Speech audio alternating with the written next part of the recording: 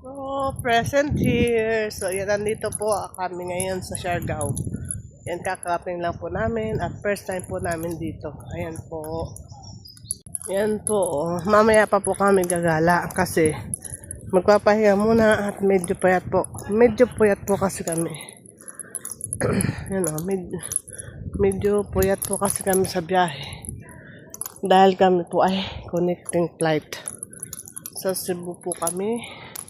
Tapos, nagbiyahe ulit papunta dito sa Siargao. So, medyo marami ng tao. Pero white sun pa rin po dito. Pero, ngayon po, maliit ang dagat. Ayan o.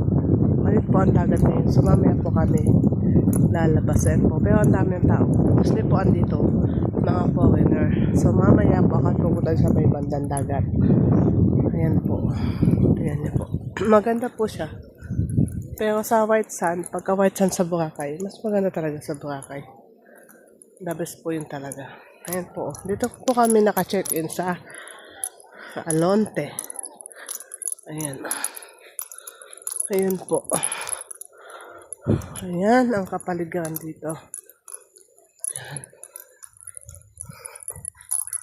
Hanggang dito na lang po muna at see you po ulit sa aking mga next video.